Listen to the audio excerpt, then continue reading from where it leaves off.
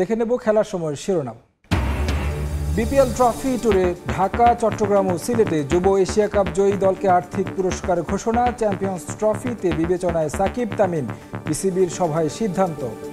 যদি কোনো player retire না করে থাকে, he is definitely available for selection. সিলেটে এনসিএল টি20তে ঢাকা মেট্রোর জয়রথ থামিয়ে ফাইনালে রংপুর, এলিমিনেটরে চট্টগ্রামকে বিদায় করে আশা বাঁচালো খুলনা। 1 মাস পর মাঠে নামছেন মোস্তাফিজ। ছেলেদের পর বছরের শেষটায় নারীদের সামনে অনূর্ধ্ব-19 এশিয়া কাপ জয়ের চ্যালেঞ্জ। মালয়েশিয়ায় ফাইনালে ভারতকে হারিয়ে প্রথম আসর রাঙাতে চায় ইয়াং টাইগ্রেস। এবং মাঠ সংকট কাটাতে 10 বছরের জন্য বাফুফেকে চট্টগ্রামের এমএ আজিজ স্টেডিয়াম বরাদ্দ এনএসসির হামজার অন্তর্ভুক্তি দেশের ফুটবলে অনন্য উচ্চতায় নিয়ে যাবে আশা যুব ও ক্রীড়া উপদেষ্টা।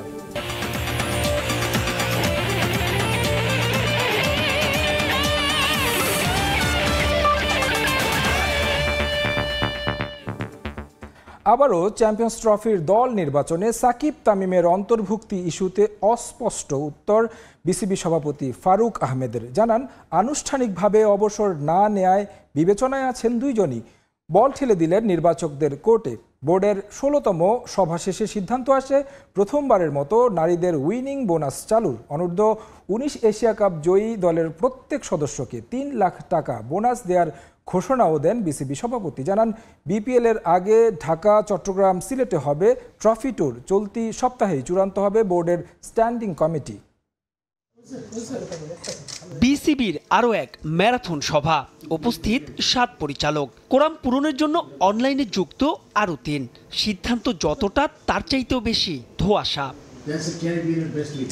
গেল কয়েক মাস ধরেই দেশের ক্রিকেটের talk of the town Sakib Al Hasan. NCL দিয়ে আবারও ক্রিকেটে ফিরেছেন তামিমও। কিন্তু মাস দুয়েকের কম সময় বাকি থাকলেও বোর্ড জানে না চ্যাম্পিয়ন্স ট্রফিতে আদৌ তারা খেলবেন কিনা। সভাপতির কণ্ঠেও শোনা গেল সেই পুরানো গানই। সাকিবের ইস্যুটা it's a totally different issue.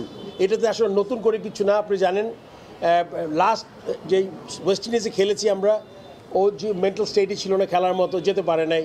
এখন সাকিব আসলে এখন বলবে যে কি বিপিএল খেলবে, ওর অবস্থাটা আসলে আমার থেকে কিছু বলতে পারবো না। আমার কাছে কোনো আপডেট নাই সাকিবের ব্যাপারে।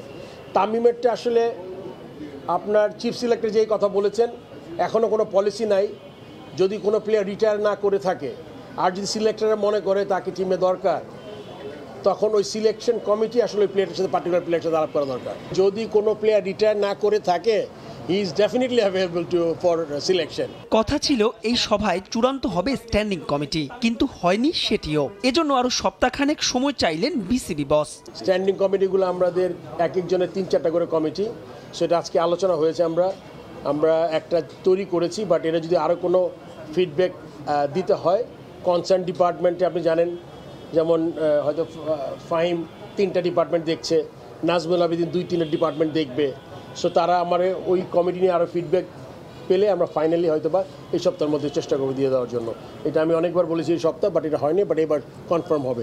নতুনত্ব যে একেবারেই নেই তাও নয়। বিপিএলকে আরও আকর্ষণীয় করে তুলতে এবারই প্রথমবারের মতো হবে ট্রফি ট্যুর। উইনিং বোনাস পাচ্ছেন নারী ক্রিকেটাররা, বোনাস পাচ্ছেন এশিয়া কাপ জয়ী যুবারাও। জায়ান্ট বেলুন একটা ক্রাউডেড লোকেশনে আমরা দিব খুব শীঘ্রই।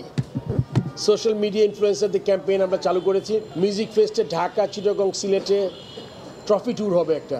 এশিয়া কাপ যে টিমটা চ্যাম্পিয়ন হয়েছে, প্রত্যেক প্লেয়ার অফিসিয়াল যারা আছে পুরো ফুল স্কোয়াডকে পার পার্সন 3 লাখ টাকা করে আমরা প্রাইজ মানি অ্যানাউন্স করেছি। আমাদের মেয়েদের আপনারা জানেন একটা সেন্ট্রাল কন্ট্রাক্ট আছে, ওই সেন্ট্রাল কন্ট্রাক্টের ইন অ্যাডিশন আরও 30টা প্লেয়ার, ছেলেদের যেরকম ন্যাশনাল লিগ যারা খেলে এরকম একটা কন্ট্রাক্টারে আরও 30টা মেয়েদের একটা কন্ট্রাক্ট আনার কন্ট্রাক্টে আনবো। মেয়েদেরও উইনিং বোনাস চালু করেছি, এটা নতুন জিনিস। তবে চ্যাম্পিয়ন্স ট্রফিতে শান্তর অধিনায়কত্ব নিয়ে কোনো আলোচনা হয়নি এই বোর্ড মিটিংয়ে। সিদ্ধান্ত এসেছে বিপিএল এর ফ্র্যাঞ্চাইজিগুলোর পার্টিসিপেশন মানি কমানোর। সঙ্গে আগের বোর্ডের দেয়া সব প্রতিশ্রুতি রাখবে ফারুক আহমেদের বর্তমান পরিচালনা পর্ষদ। যা প্রমিস করেছিল আগের বোর্ডে, ওইটা আমরা ফুলফিল করছি। মাহবুব রিমন, সময় সংবাদ, ঢাকা। এনসিএল টি-20-র খবর। ঢাকা মেট্রোকে 4 উইকেটে হারিয়ে প্রথম দল হিসেবে ফাইনাল নিশ্চিত করেছে রংপুর। লো স্কোরিং ম্যাচে নাইম শেখদের অপরাজিত রেকর্ড ভাঙার দিনে ম্যাচ সেরা হয়েছেন রবিউল হক।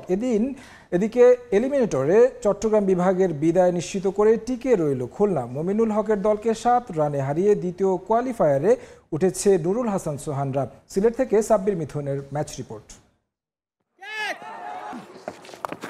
লো স্কোরিং ম্যাচ, তারপরও শেষ পর্যন্ত অপেক্ষা। প্রথম এনসিএল টি-20-র প্রথম ফাইনালিস্ট রংপুর বিভাগ।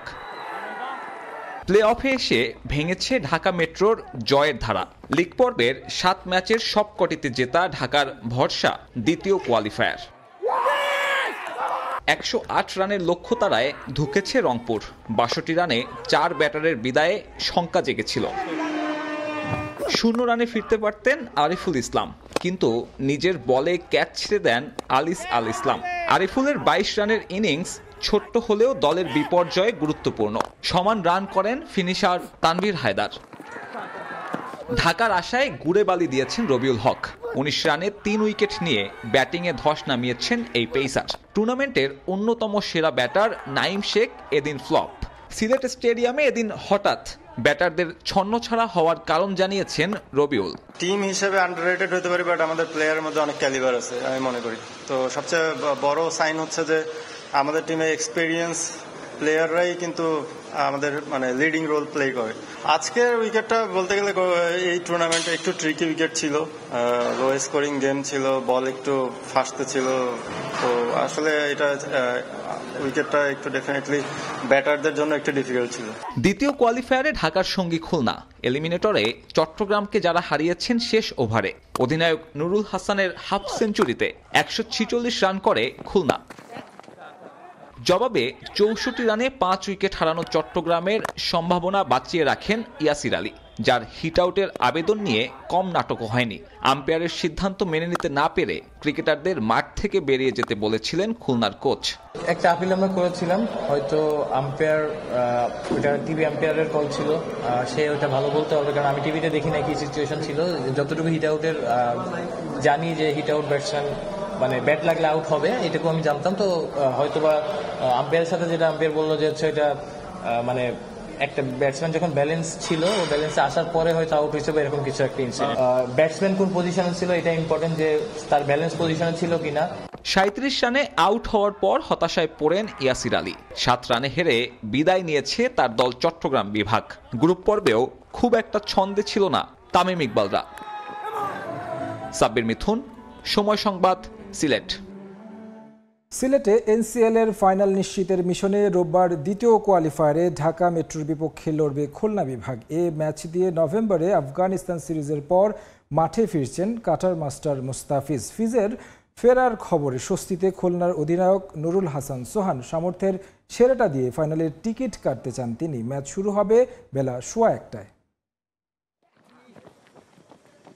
সিলেটে এনসিএলে চট্টগ্রামকে উড়িয়ে দিয়ে স্বস্তিতে খুলনা। অধিনায়ক সোহানের 39 বলে 52 রানের চমৎকার ইনিংসে চট্টগ্রামের স্বপ্ন ভেঙে টিকে রয়েছে তাদের ফাইনালে খেলার আশা। দ্বিতীয় কোয়ালিফায়ারে খুলনার সামনে বাধা ঢাকা মেট্রো। লিগ পর্বে উঠতে থাকা দলটা প্লে অফে এসে থেমেছে রংপুরের কাছে। ঢাকা মেট্রো শক্ত প্রতিপক্ষ জানা আছে খুলনার, তবে সবশেষ ম্যাচগুলোতে কঠিন পথ পাড়ি দিয়ে আসার আত্মবিশ্বাস স্বপ্ন দেখাচ্ছে সোহানকে। টি-20টা আসলেই সব টিমই ভালো। টু বি অনেস্ট যদি বলি, আমরা টিম হিসাবে কতটা খেলতে পারতেছি সেটা ইম্পর্টেন্ট। এবং যদি বলি যে লাস্ট 4টা ম্যাচ আমরা খুব ভালো মতো খেলছি এবং ভালো একটা মোমেন্টামে আছি, ওইটাই কন্টিনিউ করার চেষ্টা করব। এবং যে প্রসেসটা লাস্ট কয়েকটা ম্যাচ ধরে আমরা ট্রাই করতেছি ফলো করার, ওইটাই ফলো করার চেষ্টা করব। ব্যাটিংয়ে যুব এশিয়া কাপ জয়ী আজিজুল হাকিম তামিম, অভিজ্ঞ ইমরুল কায়েস, মোহাম্মদ মিথুন ও এনামুল বিজয়ী ভরসা সোহানের। তবে গুরুত্বপূর্ণ ম্যাচের আগে সুখবরও পেয়েছেন তিনি। আফগানিস্তান সিরিজের পর এনসিএল দিয়ে মাঠে নামছেন মুস্তাফিজ। আফগানদের বিপক্ষে 3 ওয়ানডেতে ফিজ নেন 8 উইকেট। এরপর পিতৃত্বকালীন ছুটিতে থাকায় যাননি ওয়েস্ট ইন্ডিজ সফরে। কোয়ালিফায়ার নিশ্চিত হলে খুলনার জার্সিতে নামার কথা কাটার মাস্টারের। তাকে নিয়ে আশাবাদী অধিনায়ক সোহানও। আমার সাথে কথা হয়েছে, এখন যাওয়ার পর হয়তো আরো ফাইনালি বলতে পারবো। আমাদের যে টাইপের প্লেয়ার আছে, আমরা যদি 100% দিতে পারি। আর সব থেকে বড় কথা, আমি যেটা আমরাও সবসময় ড্রেসিং রুমে কথা বলি, দেখেন আমাদের টিম গেম ক্রিকেটটা, তো যার যেদিন দরকার, যে যেখান থেকে যতটুকু কন্ট্রিবিউট টিমের জন্য করা দরকার ওইটুকু কতটুকু চেষ্টা করতেছে, এটা ইম্পর্টেন্ট। তো আমার কাছে মনে হয় ভালো মোমেন্টামে আছি আমরা। লিগ পর্বের 7 জয়ে 14 পয়েন্ট পাওয়া ঢাকা মেট্রো নিশ্চয়ই ছেড়ে কথা বলবে না। রংপুরের বিপক্ষে হারের ক্ষত ভুলে ঘুরে দাঁড়াতে চাইবে তারাও। পারভিন আক্তার, সময় সংবাদ। জাতীয় দলে ফিরতে প্রস্তুত এবাদত হোসেন। চোট পুনর্বাসন কাটিয়ে এনসিএল এর প্রত্যাবর্তনে নিজেকে আবিষ্কার করেছেন সেরা ছন্দে। বিপিএলে একই ধারাবাহিকতা রেখে চ্যাম্পিয়ন্স ট্রফিতে চোখ সিলেট এক্সপ্রেসের। পেসারদের ভিড়ে নিজেকে এগিয়ে রাখছেন আলাদা কারণে। সিলেট থেকে সাব্বির মিথুনের প্রতিবেদন। লম্বা একটা ইনজুরির পরে আপনাকে রিকভার করা, এটা সত্যি আগে কখনো ইনজুরিতে পড়িনি, এটা বুঝতে পারতাম না। এই ইনজুরিতে পড়ার পরে রিহ্যাব জিনিসটা বুঝতে পারলাম যে এটা কতটা ডিপ্রেসড এবং কতটা হার্ডওয়ার্ক করা লাগে। এভরিডে সেম কাজ। মুশিব ভাই এটা জানে এবং রিয়াদ ভাইয়ের সাথেও শেয়ার করছিলাম, ওনারাও জানে এটা কত কষ্টের। সামনে আমার বিপিএল আছে, আমি বিপিএলে ফোকাস করতেছি, দেখি বিপিএলটা ভালো সময় যদি যায়, ভালো পারফর্ম করতে পারে ইনশাল্লাহ। একটা করে আগাই। দেন চ্যাম্পিয়ন্স ট্রফি তো অনেক দূরে এখন পর্যন্ত। আমি চিন্তা করতেছি যে আপাতত বিপিএল সামনে আছে, ওটাতে ভালো পারফর্ম যাতে করতে পারি। 5 ইনিংসে 10 উইকেট, টুর্নামেন্টের দ্বিতীয় সেরা বোলিং ইকোনমি। নিজের প্রস্তুতিতে সন্তুষ্ট সিলেট এক্সপ্রেস। মাঠে ফিরতে কদিন আগে দলের সঙ্গে ভারত সফরে যায় এবাদত। ভেন্যু থেকে ভেন্যু ঘুরে কাজ করেছেন strength and conditioning coach Nathan কেলির সঙ্গে। এখন নিজেকে আবিষ্কার করলেন সেরা ছন্দে। নাথান কেলির সাথে কাজ করেছি এবং ওখানে আমার ফাস্ট বোলিং কোচ ছিল আন্দ্রে অ্যাডামস, ওনাদের দুজনের সাথে কাজ করেছি। ফিল্ডিং কোচও ছিল। আমার ফিটনেস সেশনটা ওখানে, আমার যে প্রোগ্রাম যেটা ছিল এমনভাবে সেট করা ছিল যে ওই সময়টা, ওই 7-8টা দিন আমার অনেক একটা টাফ একটা গিয়েছিল, যার কারণে এখন আমার খেলাটা খুবই ইজি হচ্ছে। যে আমার রিদম যেটা পেয়েছি, আমি আসলে এটা সত্যি আমি অনেক খুশি। দলে ফিরতে অ্যাসিড টেস্ট বিপিএল, পেস বিপ্লবের মাঝে সে পরীক্ষায় এবাদতের সঙ্গে যোগ্য দাবিদার অনেকেই। তবে এই পেসার নিজেকে এগিয়ে রাখছেন দক্ষতায়। দেশের ক্রিকেটে এমন প্রতিযোগিতাকে দেখছেন ইতিবাচক হিসেবে। পেস বোলিং বিপ্লব যেটা শুরু হয়েছে লাস্ট 2021-22 থেকে, তারপরে থেকে আমাদের পেস বোলারদের মধ্যে একটা হেলদি একটা কম্পিটিশন শুরু হয়েছে, যেটা এখনো কন্টিনিউ আছে। আলহামদুলিল্লাহ, এটা খুব ভালো একটা জিনিস, পজিটিভ একটা জিনিস আমাদের বাংলাদেশ ক্রিকেটের জন্য। আমার কাছে মনে হয় এই হেলদি কম্পিটিশনটা সব জায়গায় হওয়া উচিত। লাইক এখন ফাস্ট বোলার শুরু হয়েছে, কিছুদিন পরে টপ অর্ডারে শুরু হবে, মিডল অর্ডার শুরু হবে, লো অর্ডারে শুরু হবে, তখন অলরাউন্ডার খোঁজা শুরু হবে। তো এই জিনিসটা আমার কাছে মনে হয় আমাদের বাংলাদেশ ক্রিকেটের জন্য অনেক ভালো। সাব্বির মিথুন, সময় সংবাদ, সিলেট। তখন ওনারা নারী ক্রিকেটের খবর। আরও এক শিরোপার হাতছানি বাংলাদেশ ক্রিকেটের সামনে। কাল সকালে অনূর্ধ্ব-19 নারী এশিয়া কাপের ফাইনালে ভারতের মুখোমুখি হবে বাংলাদেশ দল। সুপার 4-এ ইন্ডিয়ার কাছে হারলেও শিরোপার মঞ্চে ঘুরে দাঁড়াতে মরিয়া সুমাইয়ার দল। প্রথম আসরেই বাজিমাত করতে চায় ইয়াং টাইগার্সরা। মালয়েশিয়ার কুয়ালালামপুরে ম্যাচ শুরু হবে সকাল 7:30টায়। অনূর্ধ্ব-19 পর্যায়ের ক্রিকেটের রাজত্ব এখন বাংলাদেশের। গেল কয়েক বছরে ছেলেরা সেটা প্রমাণ করেছে। 2020 যুব বিশ্বকাপ, এরপর 2023 সাল এবং এবছর কদিন আগে এশিয়া কাপে টানা 2 আসরে শ্রেষ্ঠত্বের মুকুট তুলেছে মাথায়। এবার পালা মেয়েদের। প্রথমবারের মতো আয়োজিত আন্ডার-19 নারী এশিয়া কাপের ফাইনালে বাংলাদেশ দল। দেশের ক্রীড়াপ্রেমীদের বিজয়ের মাসে আরও এক শিরোপা উপহার দিয়ে বছরটাকে হাসি মুখে বিদায় জানানোর সুযোগ করে দিতে পারেন ইয়াং টাইগার্সরা। প্রথম অংশগ্রহণেই শিরোপার ময়দানে, তার উপর প্রতিপক্ষ ভারত হওয়ায় দলের মাঝে রয়েছে বাড়তি রোমাঞ্চ।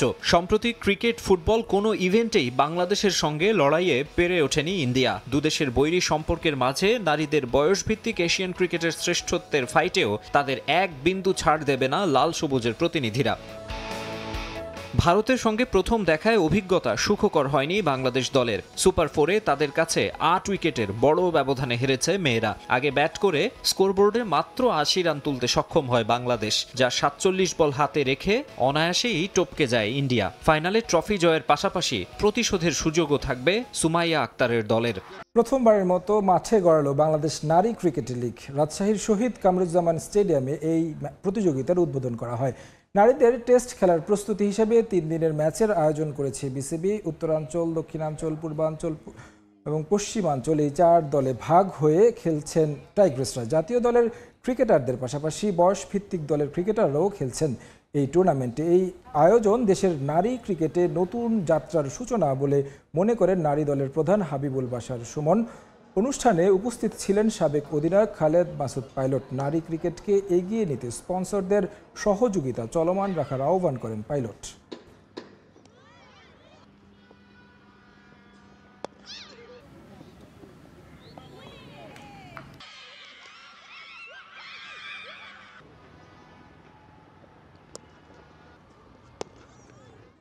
পরিবর্তন আসছে পাকিস্তানের তৈরি করা চ্যাম্পিয়ন্স ট্রফির পূর্ব নির্ধারিত সূচিতে। হাইব্রিড মডেলে চ্যাম্পিয়ন্স ট্রফি আয়োজনে সম্মত হয় বাংলাদেশের ম্যাচেও আসতে যাচ্ছে রদবদল। 24 ফেব্রুয়ারি পাকিস্তানের পরিবর্তে নিউজিল্যান্ডের বিপক্ষে ম্যাচ খেলবে বাংলাদেশ, আর বহুল কাঙ্ক্ষিত ভারত পাকিস্তান ম্যাচ অনুষ্ঠিত হবে 23 ফেব্রুয়ারি। শেষ হইয়াও যেন হইল না শেষ।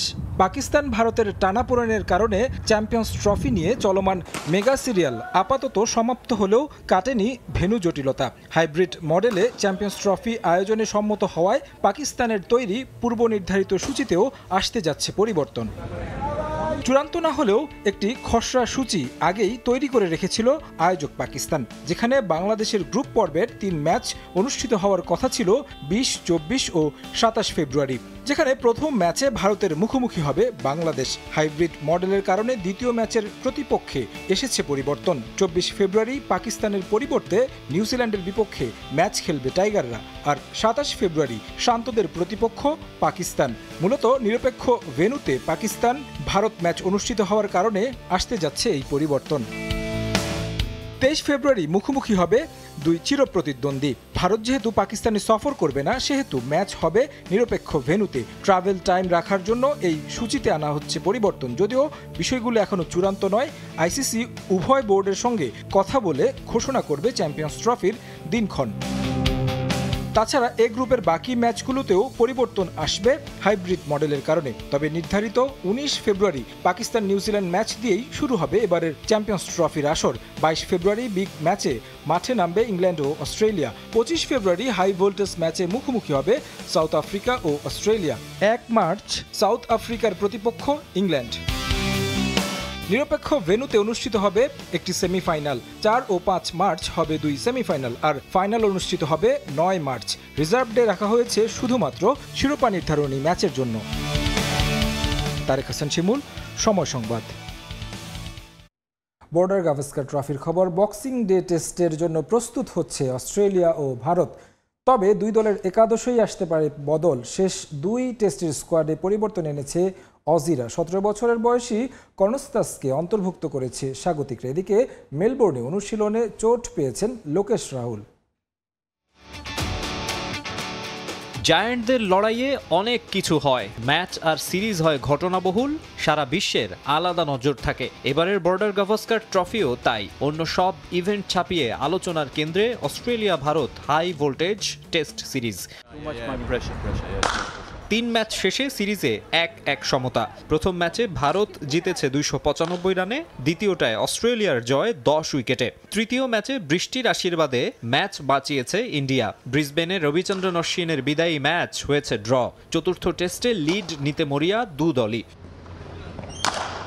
বক্সিং ডে টেস্ট বলেই বাড়তি উন্মাদনা অজিদের মাঝে। খ্রিস্ট ধর্মাবলম্বীদের সবচেয়ে বড় উৎসব বড়দিনের পরদিন মাঠে গড়াবে ঐতিহ্যবাহী বক্সিং ডে টেস্ট। তবে মেলবোর্নে একাদশে পরিবর্তন আনতে পারে উভয় পক্ষই। অজিদের শেষ 2 টেস্টের স্কোয়াডে এসেছে বদল। ওপেনার নেথান ম্যাকসুইনির জায়গায় ডাক পেয়েছেন 19 বছর বয়সী স্যাম কনস্তাস।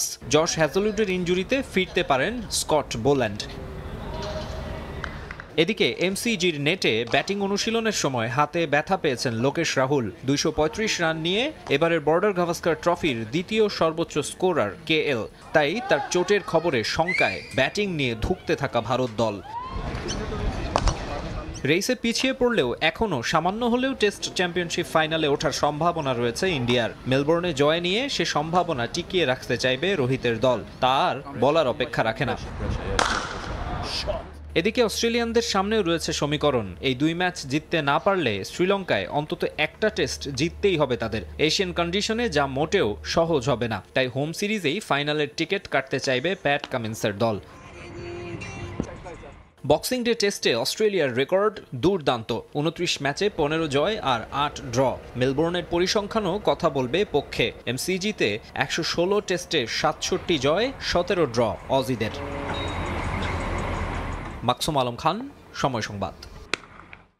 মাঠ সংকট কাটাতে 10 বছরের জন্য চট্টগ্রামের MA আজিজ স্টেডিয়াম বাফুফেকে লিজ দিয়েছে এনএসসি। সংস্কার করে হস্তান্তর করা হবে বলে জানান যুব ও ক্রীড়া উপদেষ্টা আসিফ মাহমুদ সজীব ভুঁইয়া। এছাড়া হামজার অন্তর্ভুক্তি দেশের ফুটবলকে অনন্য উচ্চতায় নিয়ে যাবে বলেও মনে করেন তিনি।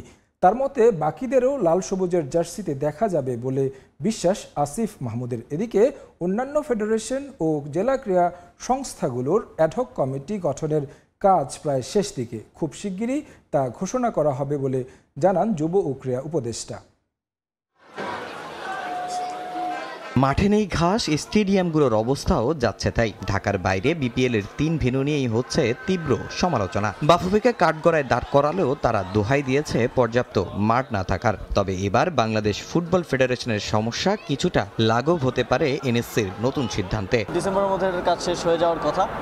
আশা করি জানুয়ারি থেকেই খেলা মাঠে ফিরবে। এবং আপনারা হয়তো জানেন যে আমরা MA আজিজ স্টেডিয়ামটা অলরেডি 10 বছরের জন্য বাফুফেকে লিজ দিয়ে দেওয়া হয়েছে, সেটাকেও সংস্কার করে ফুটবল সেখানে শুরু হবে। নানা যদি কিন্তু পেরিয়ে দেশের ফুটবলে সবচেয়ে বড় চমক হামজা দেওয়ান চৌধুরীর অন্তর্ভুক্তি। নিঃসন্দেহে লেস্টার সিটির এই মিডফিল্ডারের বরাতে দেশের ফুটবল চলে যাবে অনন্য উচ্চতায়। হামজা খেললে ট্রান্সফার মার্কেটে বাংলাদেশ দলের মূল্য চলে যাবে 7.55 মিলিয়নে। তার মতো সামিদ সোমদেরও লাল সবুজের জার্সিতে দেখার অপেক্ষায় ক্রীড়া উপদেষ্টা। হামজা চৌধুরী অনুমতি পেয়েছে, এটা আমাদের জন্য একটা ভালো সংবাদ। আমরা এই ইয়ে থেকেই ফুটবলেও পরিবর্তন দেখতে চাই। ফুটবলেও আমাদের পারফরমেন্স আশা করি সামনের দিনগুলোতে ভালো হবে।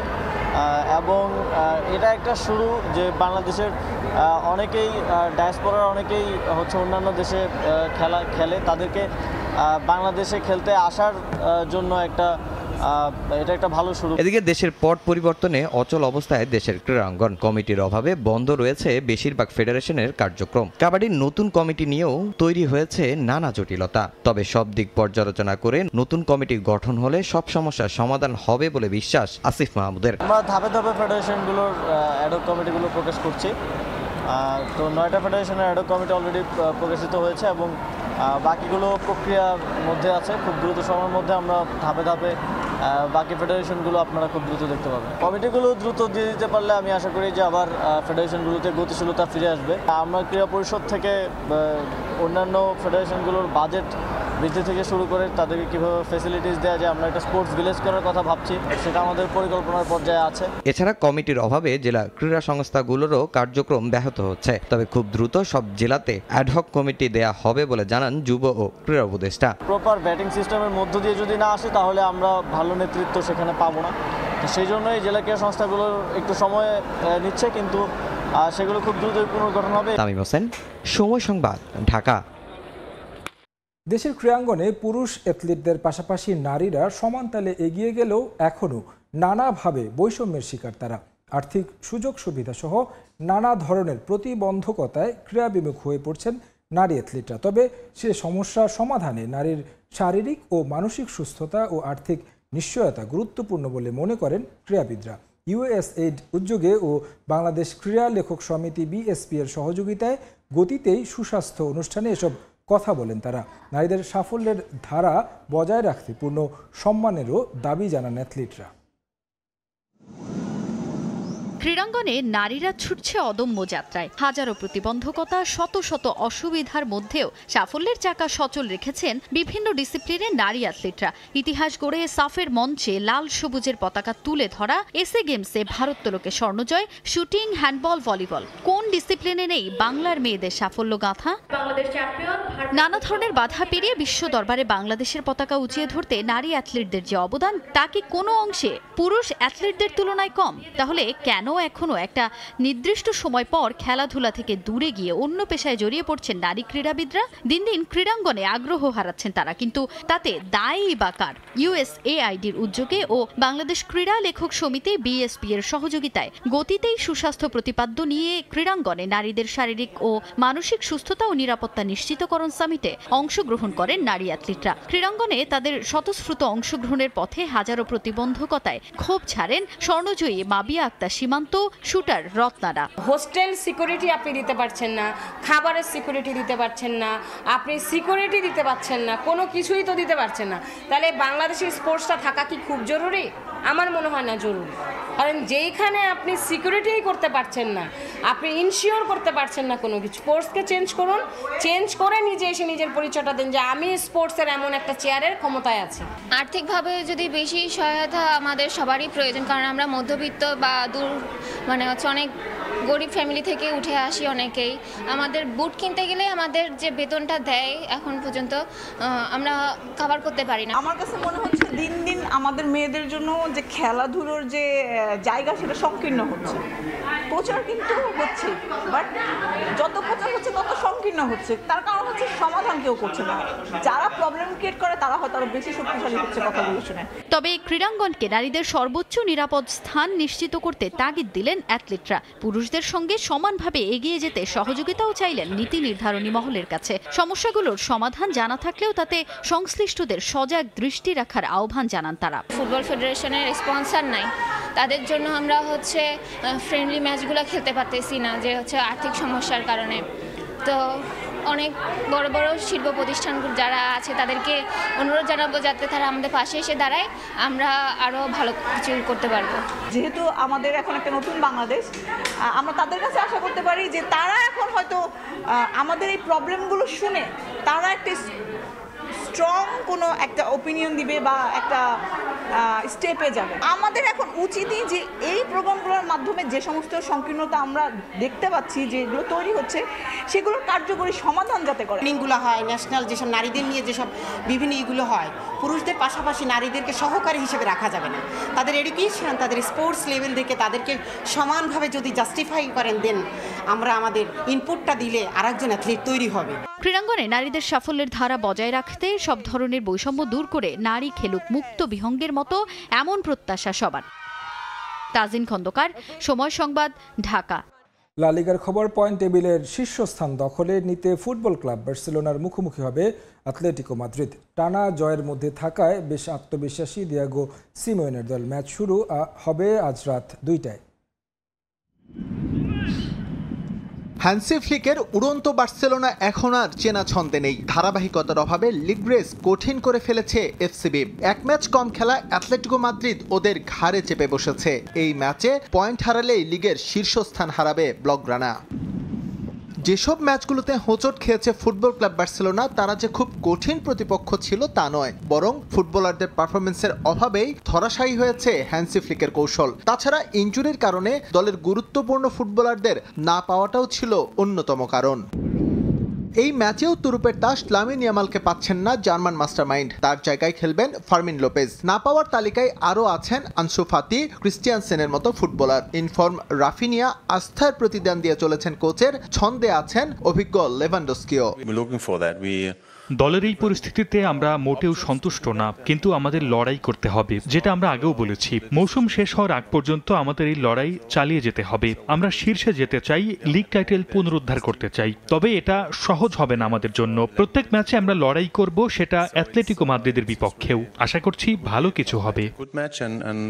মৌসুমের শুরু থেকে বার্সেলোনাকে তাড়িয়ে বেড়াচ্ছে রিয়াল মাদ্রিদ। সবার ফোকাস লস ব্ল্যাঙ্কোদের উপর থাকলেও চুপি চুপি কাজের কাজ করছে অ্যাটলেটিকো মাদ্রিদ। মৌসুমের শুরু নড়বড়ে হলেও সম্প্রতি দারুণ সময় কাটছে তাদের। নগর প্রতিদ্বন্দ্বীদের টপকে ওরা এখন 2 নম্বরে, হাতছানি এবার টেবিল টপার হওয়ার। আমরা এমন একটা দলের মুখোমুখি হতে যাচ্ছি যারা দুর্দান্ত খেলছে। আমি তরুণদের পছন্দ করি, যেটা বার্সেলোনার মিডফিল্ড থেকে শুরু করে সব জায়গায় আছে। ওদের দলে বেশ কিছু তারকা ফুটবলার আছে। তাদের রাফিনিয়ার মতো ফুটবলার আছে, যে কিনা এই মুহূর্তে লা লিগার অন্যতম সেরা ফুটবলার। তবে আমাদেরও শক্তিমত্তা আছে। এমন একটা দলের বিপক্ষে লড়াই করার। প্রতিদ্বন্দ্বিতাপূর্ণ একটা ম্যাচ হবে। বার্সার মতো ইনজুরি নিয়ে দুশ্চিন্তা নেই সিমিওনের। হুলিয়ান আলভারেজ, গ্রিজম্যানের ফর্ম আর ফিট একাদশ নিয়ে অনেকটা নির্ভর তিনি। তাছাড়া টানা জয়ের মধ্যে থাকায় আত্মবিশ্বাসও বেড়েছে ফুটবলারদের। তাই অ্যাওয়ে ম্যাচ হলেও টেবিল টপার হওয়ার সুযোগ নষ্ট করতে চায় না অ্যাটলেটিকো মাদ্রিদ। এস.এম. ইকবাল, সময় সংবাদ। ইউরোপিয়ান ক্লাব ফুটবলের খবর। ইংলিশ প্রিমিয়ার লিগে সুপার সানডেতে জয়ের ধারায় ফিরতে মাঠে নামবে লিভারপুল। অল রেডদের প্রতিপক্ষ টটেনহ্যাম হটস্পার। ম্যাচ শুরু বাংলাদেশ সময় রাত 10:30টায়। একই দিন আলাদা আলাদা ম্যাচে মাঠে নামবে আরও দুই জায়ান্ট, ম্যানচেস্টার ইউনাইটেড ও চেলসি। মৌসুমে এখনো বাকি প্রায় অর্ধেক পথ, তবে এরই মধ্যে ইপিএল এর শিরোপা জয়ের স্বপ্ন দেখতে শুরু করেছে লিভারপুলের সমর্থকরা। দেখবেই বা না কেন, টেবিলের 2-এ থাকা চেলসির থেকে এক ম্যাচ কম খেলে 2 পয়েন্ট এগিয়ে আছে অলরেডরা। সেই ব্যবধান হতে পারত 6 যদি না শেষ 2 ম্যাচে পয়েন্ট না খোয়াতো আর্নে স্লটের শিষ্যরা। ইপিএলে চলতি মৌসুমে সময়টা ভালো কাটছিল লিভারপুলের, তবে সবশেষ 2 ম্যাচে খেই হারিয়েছে দলটা। নিউক্যাসলের বিপক্ষে শেষ মুহূর্তের গোলে ড্রয়ের পর ফুলহামের বিপক্ষেও কোনো মতে হার এড়িয়েছে মোহাম্মদ সালারা। এবার তাদের সামনে শক্ত প্রতিপক্ষ টটেনহ্যাম। এই ম্যাচ দিয়ে জয় ফিরতে চায় ক্লাবটি। ইনজুরি নিয়ে কোনো দুশ্চিন্তা না থাকায় ম্যাচের আগে পুরো ফিট স্কোয়াড পাচ্ছেন লিভারপুল বস। আর শীর্ষস্থান আরও মজবুত করতে নিজেদের সেরাটা দিয়েই লড়বেন সালা দিয়াজরা। যদিও এখনই সমর্থকদের লিগ শিরোপা জয়ের স্বপ্ন দেখতে না করেছেন লিভারপুলের কোচ আর্নে স্লট। এখনো মৌসুমের অর্ধেক ম্যাচ বাকি। ইপিএল এর প্রতিটা দলই শক্ত প্রতিপক্ষ। আপনি এখনই বলে দিতে পারেন না শিরোপা কার হাতে উঠতে যাচ্ছে। তা না ভেবে আমরা এখন ম্যাচের দিকে মনোযোগ দিতে চাই। শেষ 2 ম্যাচে পয়েন্ট হারিয়েছি। এখন আমাদের টটেনহ্যামের বিপক্ষে লড়তে হবে, খেলাও তাদের মাঠে। তবে আমরা জয়ে ফিরতে চাই।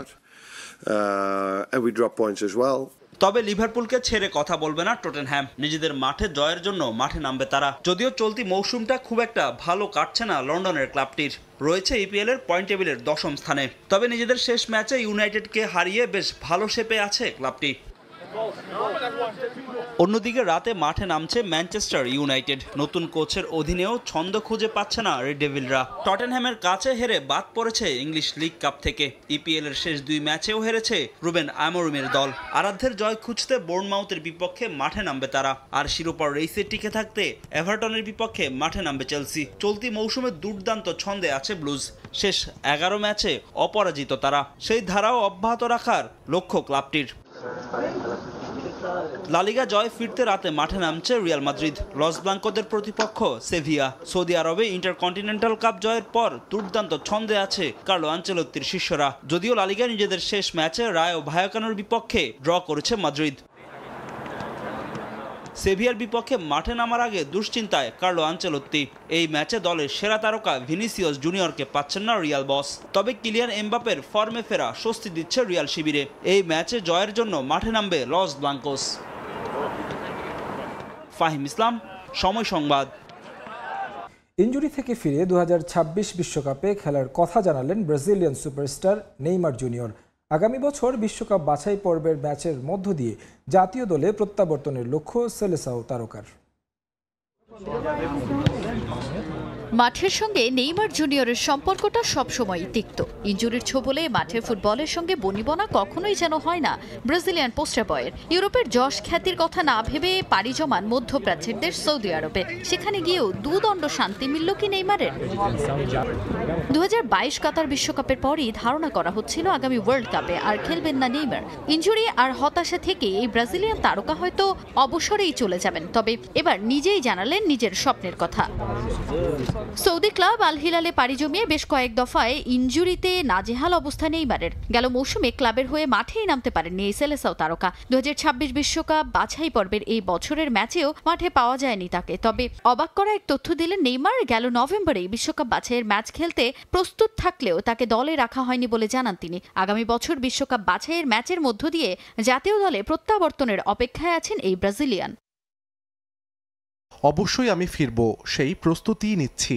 আমাকে গেল নভেম্বরে বাছাইয়ের ম্যাচে ডাকতে পারত, কিন্তু কোচের সঙ্গে কথা বলার পর বুঝেছি তিনি না ডাকার সিদ্ধান্ত নিয়েছেন। তবে পরের বার আমি অবশ্যই সতীর্থদের সঙ্গে থাকব। দেশের প্রতিনিধিত্ব করার চেয়ে ভালো আর কিছুই হয় না। আশা করি দল আরও উন্নতি করবে। অবশ্যই বিশ্বকাপে খেলা সব খেলোয়াড়েরই লক্ষ্য। আমি এরই মধ্যে 3টি বিশ্বকাপে খেলেছি, অবশ্যই চতুর্থটিতেও খেলতে চাই। এটাই মনোযোগী থাকতে হবে এবং ভালো প্রস্তুতি নিতে হবে।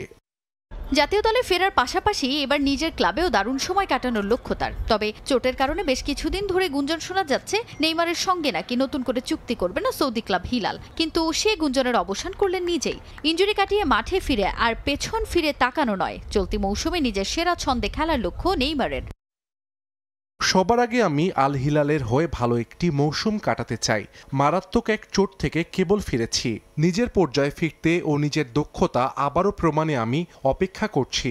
এখন আমি পূর্ণ মনোযোগ দিতে চাই শারীরিকভাবে ভালোভাবে সেরে উঠতে, শারীরিক সক্ষমতা বাড়িয়ে আবারও খেলা শুরু করতে।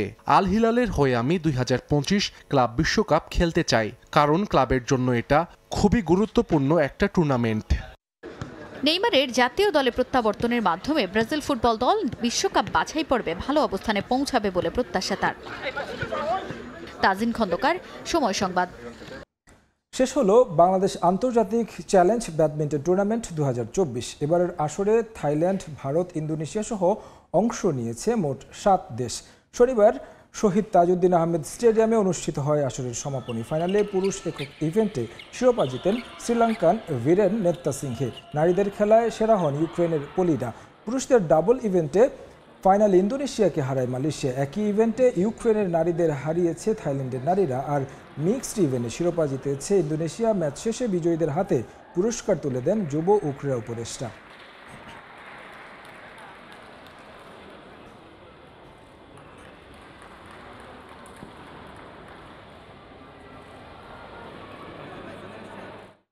জমকালো আয়োজনে শুরু হয়েছে Chittagong media cricket fest season 3। টুর্নামেন্টের উদ্বোধন করেন সিটি কর্পোরেশন সাবেক কাউন্সিলর MA মালিক। এবারের টুর্নামেন্টে 8টি দল অংশ নিচ্ছে। প্রথম ম্যাচে মুখোমুখি হয় ওয়েসিস চ্যালেঞ্জার্স এবং এমপাভ টিবি কিংস, আর দ্বিতীয় ম্যাচে MM সুপার কিংসের বিপক্ষে খেলে গিফজি নাইট রাইডার্স। এছাড়াও সিয়ানিজ ভাইকিংস, ES স্ট্রাইকার, বাংলাধারা স্পোর্টস এবং বীর চট্টলা রাইডার্স অংশ নিচ্ছে। এমন আয়োজন চট্টগ্রামের ক্রীড়াঙ্গনকে এগিয়ে নিতে অবদান রাখবে বলে মনে করছেন সংশ্লিষ্টরা। এই সময় বৈষম্য বিরোধী ছাত্র আন্দোলনের সংগঠক সাইফুল রুদ্র, মুন্না সহ আরও অনেকে উপস্থিত ছিলেন।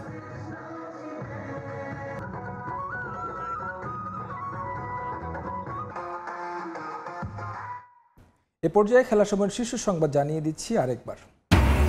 BPL trophy tour Dhaka, Chittagong ও সিলেটে যুব এশিয়া কাপ জয়ী দলের আর্থিক পুরস্কার ঘোষণা। চ্যাম্পিয়ন্স ট্রফিতে বিবেচনায় সাকিব তামিম, বিসিবির সভায় সিদ্ধান্ত।